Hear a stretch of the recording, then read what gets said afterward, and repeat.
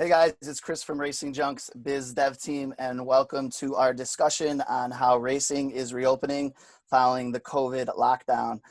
Today, I will be joined by several of our partners to discuss the practicalities and realities of what reopening a track currently looks like to each of them.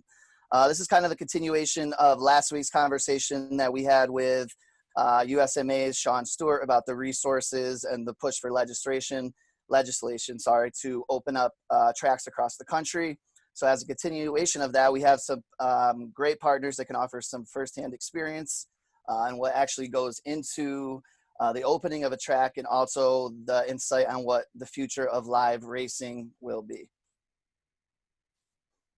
So today we're very fortunate with our panel of guests. We have Todd Martin, who is co-owner of Oklahoma's Tulsa Raceway, who did open their track May 8th for their throwdown in T-Town. We have Michelle Maynor, who we actually met at PRI as a new partner this year. They opened Memorial Day weekend. And then we also have Joe Skotnicki, who writes about all this stuff and also in the Racing Promotion Monthly, and is also the manager of Race of Champions. So he'll have some great insight into that. This will kind of be a discussion of their personal insights into track reopening strategies, kind of share if they have it, local mandated protocols, and kind of ideas that they have come up with to make up revenue with the mandated limitation on spectators, and how this could shape the racing industry forever. The main goal why we're trying to do this thing, guys, as much as we're trying to promote each other who are on the panel, is because we want to share this info with you guys, our other partners and tracks who are kind of in that same boat, and see, what steps these guys did and what insight that they have that could possibly help you. So first off, I want to thank all our panelists for coming on, and let's dive right into it.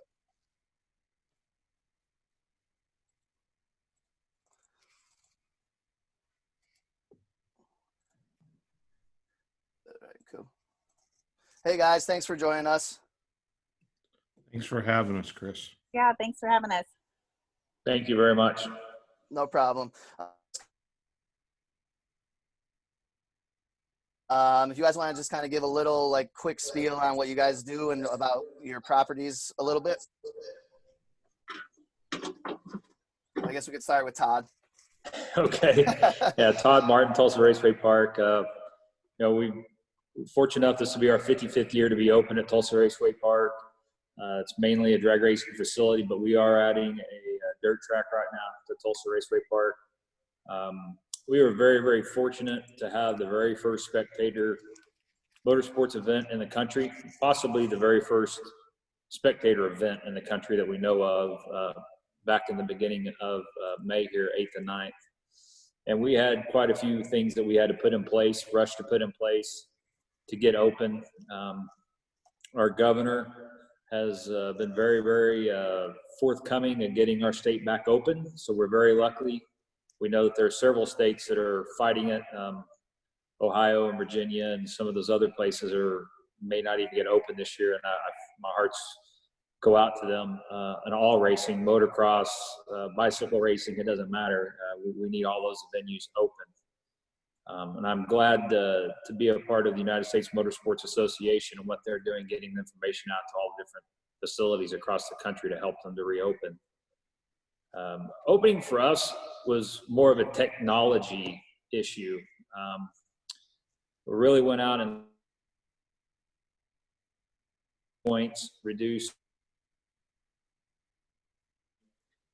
Luckily, my whole real life outside of the racetrack, everybody knows Jimmy runs the racetrack at Tulsa Raceway Park. Keith and I are just blessed enough to own it because I have a degree in physical science and public health. So every day I deal with employees being exposed to chemicals and so on and so forth. So when it came for me to have to put a program together to enact to open, it was just another day of work for me with just a new problem that I had to solve.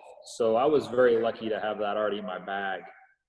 And I think that's what helped us to be able to go to the governor and to the mayor of Tulsa and show them our plan in such a quick response rate. And I know the United States Motorsports Association and several other tracks, Chris Blair, Andy Carter down at the Motorplex have used a lot of the stuff that we implemented when we opened up TRP, and we're very fortunate with that. Awesome. Michelle, how about you? Well, we're also in a pretty progressive state. Alaska's case numbers are really low. Our governor did a fantastic job of shutting us down. And even though we're connected to the United States through Canada, we're kind of an island in that we were able to really restrict travel in state and keep things, the outbreak reduced here. So what we have done is we worked really hard with the governor, stayed on top of the mandates. We put together a reopening plan that kind of fit in with what the state was already doing, and kind of proposed that so that we were able to be allowed to be open. We were actually the first right now, pretty much one of the only outdoor events still going in Alaska. They've canceled festivals. I think there's one that's still kind of maybe marginal, but it's working really closely with the government officials in order to be able to come up with a plan that is going to reduce the sort of contamination that has been really good for us. Nice, thank you. Joe, what have you seen, or what are you seeing across that tracks are doing and racing series are doing to get into compliance? A variety of different planning stages, as Todd stated. Unfortunately, I live in New York, where they've allowed the racetracks to open now. However, they're not allowing spectators or visitors, and it's limited to just the essential folks. Pennsylvania, not very far from where I live, it's a different scene. And then there's the rest of the country where some folks are wide open and right back at it. Florida per se, or in Texas, they're restricting the grandstands at some facilities, some are not. And then you go all the way up to Wisconsin, where there's certain counties that are remaining closed via the state mandate, and others that because of the lawsuits that were filed, were able to open and operate. So it's a smorgasbord, if you will, of what's going on around the nation. And there doesn't seem to be any line of consistency, which is, I think, the biggest for everyone. That Todd may do something different than Michelle, and Chris is doing something different than Mark, and it all relies on your local officials and how they're being reacted to by the governor. And it's quite a myriad of puzzle pieces to try to put together to get us all back on track. Yeah, very confusing times for everybody involved, and we have some measure of leadership in certain aspects we have to lean on.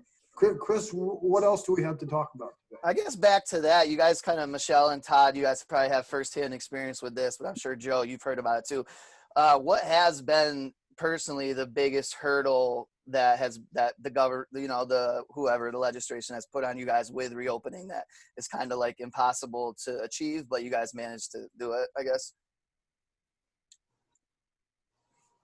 I haven't found anything that I can't achieve. Luckily, I've been blessed. That's kind of Keith and I's MO. I mean, you're going to throw something in front of us, we're going to figure a way to make it work. Our biggest restriction is that we can only have 50% occupancy, but people don't realize what occupancy on 219 acres facility is. When we went to the governor and he said, hey, you can only have 50% occupancy, and then we're going to open up 5% at a time until we get to that number, because I wanted to make sure that we didn't just get overran and we could not adjust and react to the number of people that were coming. We were very, very fortunate. We did reach that maximum 50%. We tallied people that left and tallied people that come back in. I have to say the racers and the spectators have been fabulous through all of this. It's like they want to get out. They want to be a part of it. They know what racing means to them as a spectator and what it means to the racer. this, the biggest hurdle for us was not complying with the government regulations and the state and federal regulations. It's more the technology that we've had to introduce to do this. This weekend, the first divisional races of NHRA are going to happen. And once again, we're very blessed to have one of those in Tulsa. The other one is in Atlanta. And it looks like they could get rain, and I hope they don't, because we need all these guys racing that we can. NHRA came out, and they had a lot of this stuff on the backside already for national events, but now it's being put out there for regional events, divisional events, and national events for the racer to have to fill out online tech cards, waivers, pre-enter, purchase your tickets before you get to the gate to help touch points. We've had, out of every 500 racers that have done it, we've had one or two that are technologically challenged, or they just don't want to do it. I'm a cash guy only, and I totally understand that. I'm a cash guy only too, but they just going to have to conform, and I don't see this changing. I'm seeing it helping my business. I'm seeing it help the racer. I see this as a path to move our sport forward, not to deviate from this. I think it's a great way forward. Steve Monette out of Canada there that had the paperless time slip app, since he's had the deal out there 3 years, and it was about ready to go away. And when I was trying to figure out what to do to reduce touch points, I recalled him calling me last season asking me to do this, and I was like, oh, I don't want to fight my racers, right? There's no way that my racers are ever going to want to do this. So that came across my mind, and interact some new technology, and it's been met across the board with open arms. It is one of the best technologies that have been set that was about ready to go away, and now all of a sudden he's signed 4 or 5 racing organizations and another 20-something plus tracks in 1 month. Good for you. And I see the same thing with NHRA and their online tech card and signing up. I think, but that was the biggest hurdle for us, is the technology, not writing the plan, not submitting the stuff to the government. It's the technology to get out to the general mass to understand what's changed, instead of rolling up to the gate, giving them $20 and rolling in the gate. Sure. Thanks for that. Michelle, how about you? What are your thoughts on that? Where are your challenges? Well, I had some challenges, personal challenges, just trying to, I don't know, as a lot of people, I think were, oh my gosh, this is a massive thing. And then it was like, okay, it is a big change, but how are we gonna overcome this, and how are we gonna stay positive and stay focused and keep moving towards, making this work. And I think are joining us. A lot of people the same area with that, and working with the government officials was fantastic, but it was the amount of change that needed to happen in such a short period of time.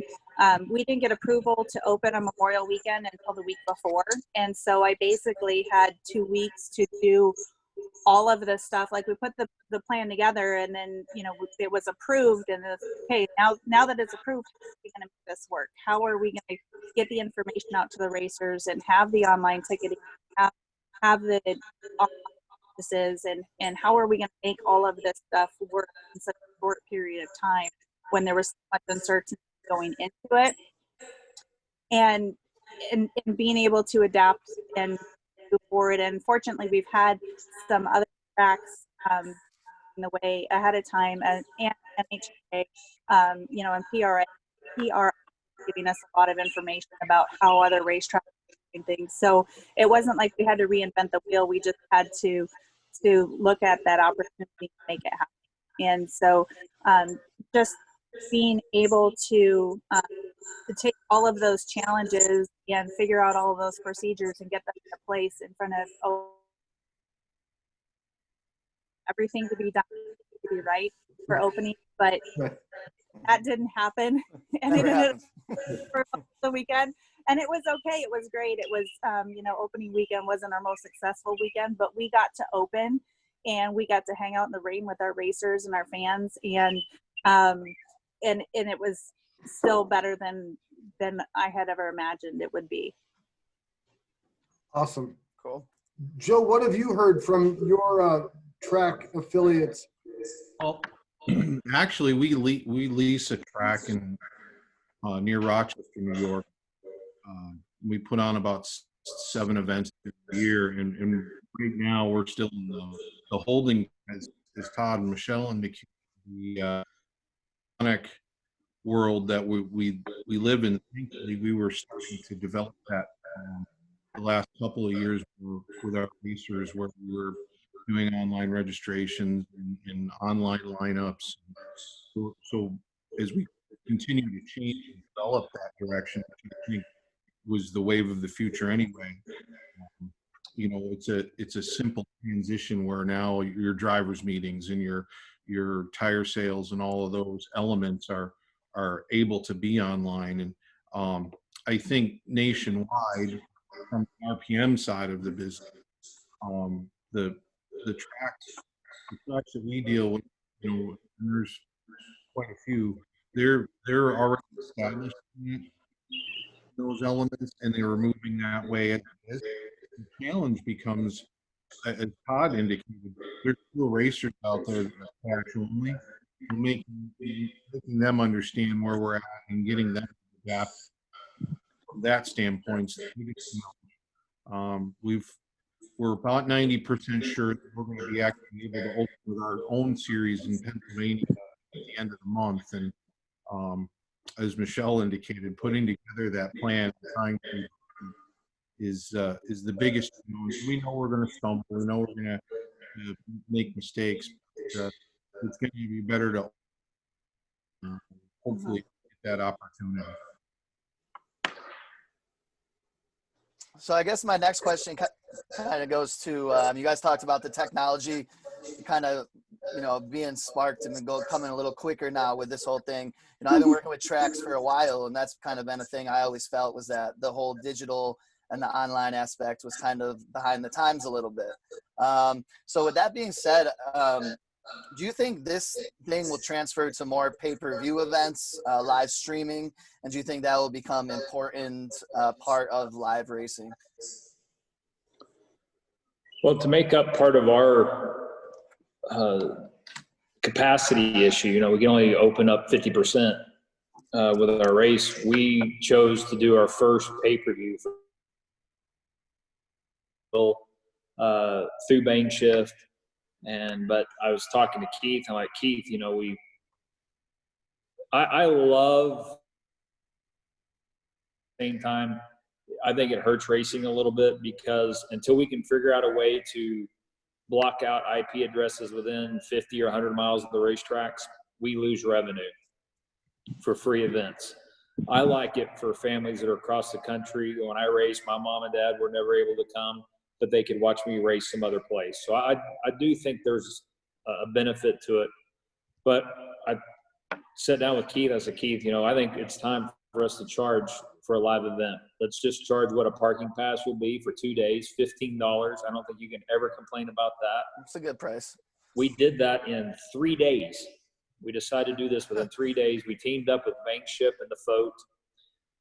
Mike at the Foat jumped through hoops to make sure we got this done.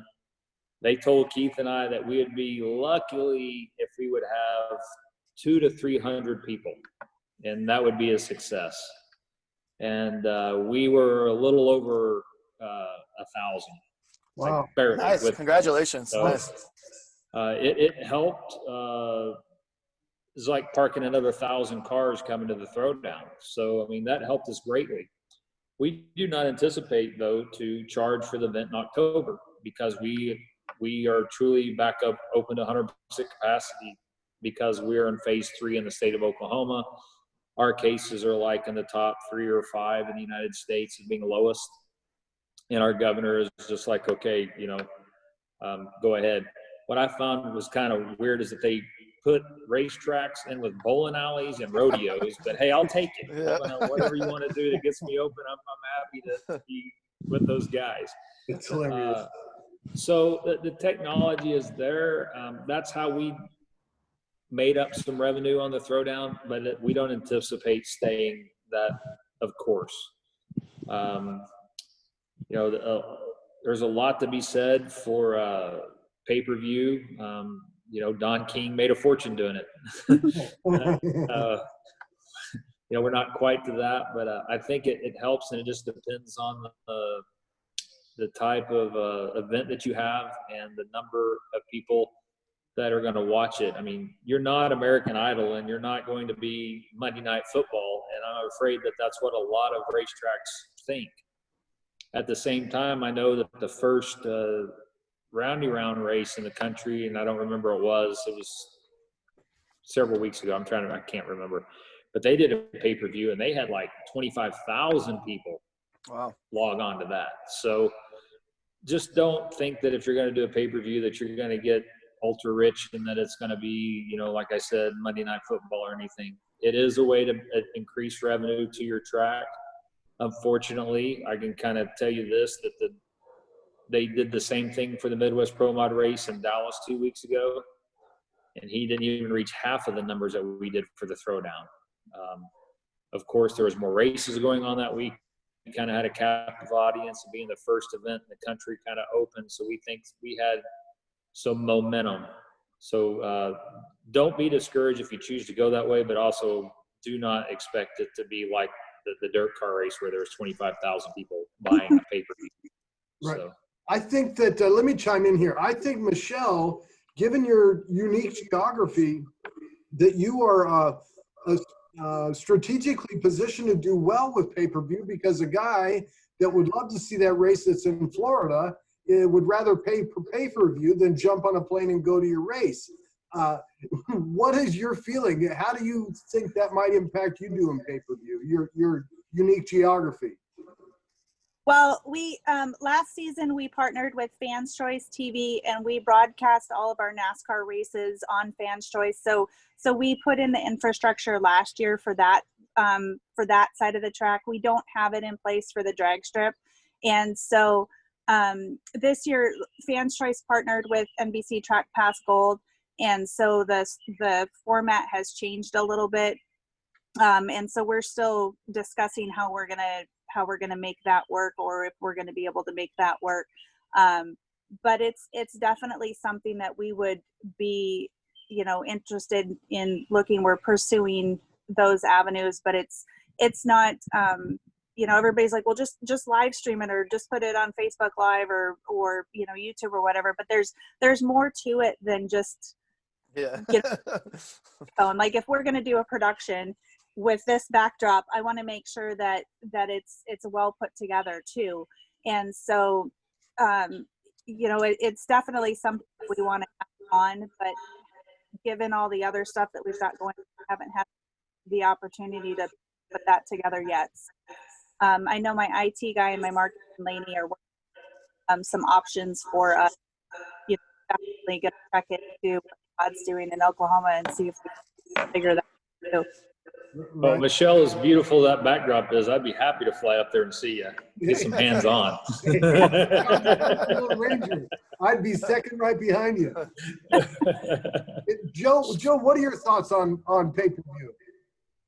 Well, I think it's an asset, but I don't think it's something that the tracks, as stated, could live. And which was the first sprint car race back, which Todd was referencing in South Dakota.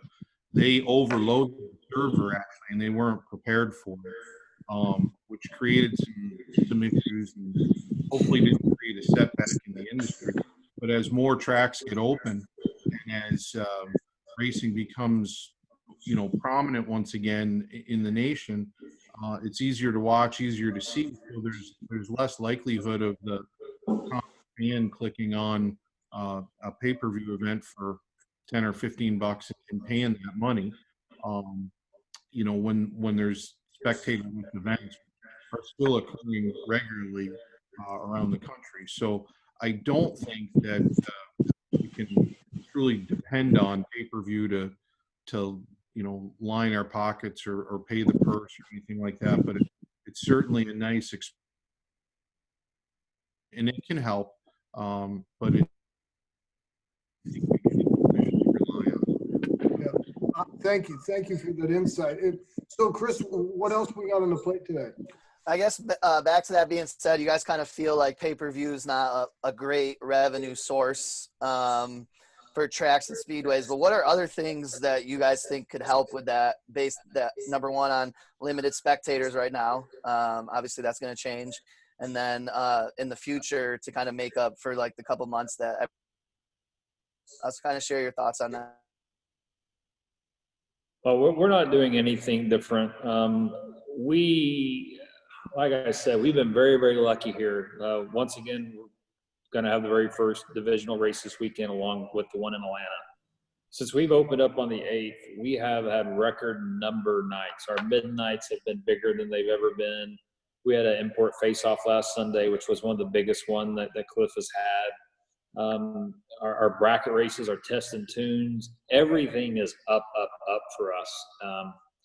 And, I've tried to think about it as because they're not playing baseball, because they're not playing volleyball or whatever they're not doing right now? Or is it that people just really want to get out? Or is it people really, really care about our sport that much to come out? And I think it's a little bit of all of it. I can't put my finger on one thing that's doing that. So our revenues and our attendance is up so much, I don't see us changing anything to make up for lost revenue, because we were very fortunate. May 8th was our first big race of the year, which was a throwdown. Everything before that in April is bracket races and test and tunes, and we've been able to shuffle those bracket races and test and tunes through the rest of the season. So we're probably not near in the boat that a lot of the other facilities are in the country. I recommend, though, in the times that we're in with as many people out of work, is that we don't try to find ways to increase costs for somebody to come to our facility. We need to figure out a way to reduce costs and increase the experience, so now we become their favorite place to be, instead of trying to drive them away with a nick and dime them to death. That's just my opinion. Yeah, that's a great perspective. Well, I agree with everything that Todd has said on that.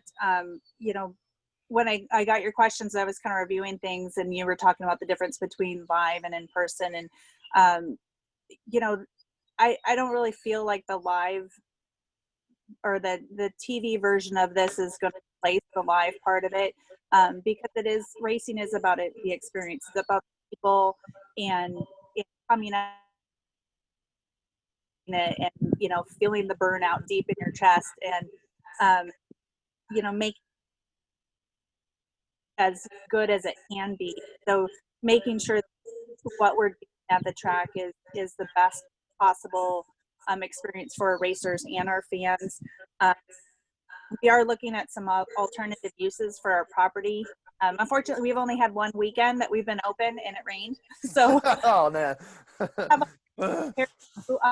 However, we did have an amazing amount of fans that came out, even though it was raining, and they lined the track with cars in our tailgate section, and everybody was waiting for the track. They watched the sweeper go up and down a million times. And it was a huge turnout, even though the weather was marginal.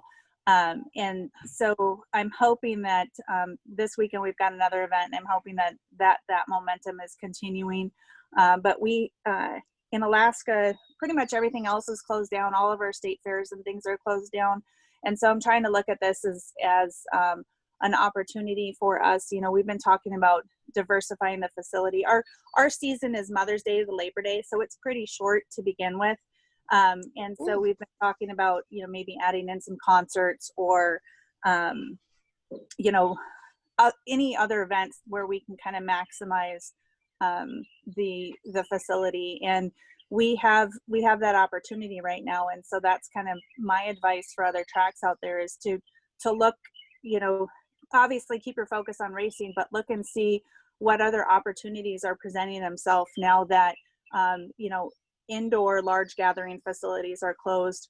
Can we move that event outside? You know, can we offer our facility for non-traditional racing events, which gets a different group of people to come out? We did 2 graduations at a racetrack, and those were all kids and parents that had never been to the track before, and they were amazed. They showed up and was like, wow, this is here in our backyard. And so now those people will be coming back to watch the races and see what we do when we're doing something that is our regularly scheduled events. So, you know, be sure now in this like uncertain, but that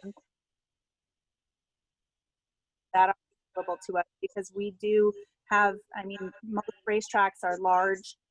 There's plenty of open space for, you know, social distancing, but also having a good time. And I think there's a lot of opportunity for those that are willing to hustle and get it. Hey, Michelle, thank you for that. And yes, your area is beautiful, no doubt about it, but alternate types of events and taking the place of indoor venues, I think, is a great alternative for track managers and owners uniformly to take advantage of. Joe, we just have about 1.5 minutes or so left. Do you want to chime in here? Yeah, I was going to agree with everything that Todd and Michelle said.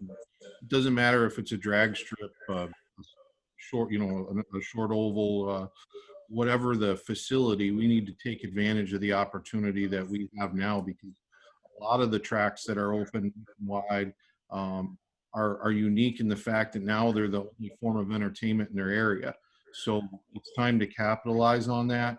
We don't need to be jacking up prices and things that to recoup. We need to look at it as an opportunity to recreate and reinvent ourselves as a viable option for entertainment in our communities. And now is the time to take those steps and measures and do it right, and capitalize on those opportunities. Hey, you know what? We just have a little bit left, and I want to let Chris close it out. But before I do, I want to thank sharing your insight, your wisdom, and your experience, and giving some of your time to us today. And, you know, we look forward to chatting with you guys again soon, and we wish you all the best success going forward in this season. And we love working with you guys as partners. Chris, you want to close this out? Sure. Like he said, thank you guys so much for participating in this, and thank you for everyone that's watching.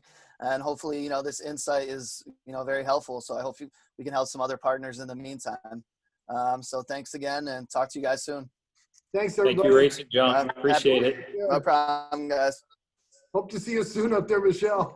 Absolutely. I know. Next time we're doing it at your place. Yeah. We're all coming. Oh, wow.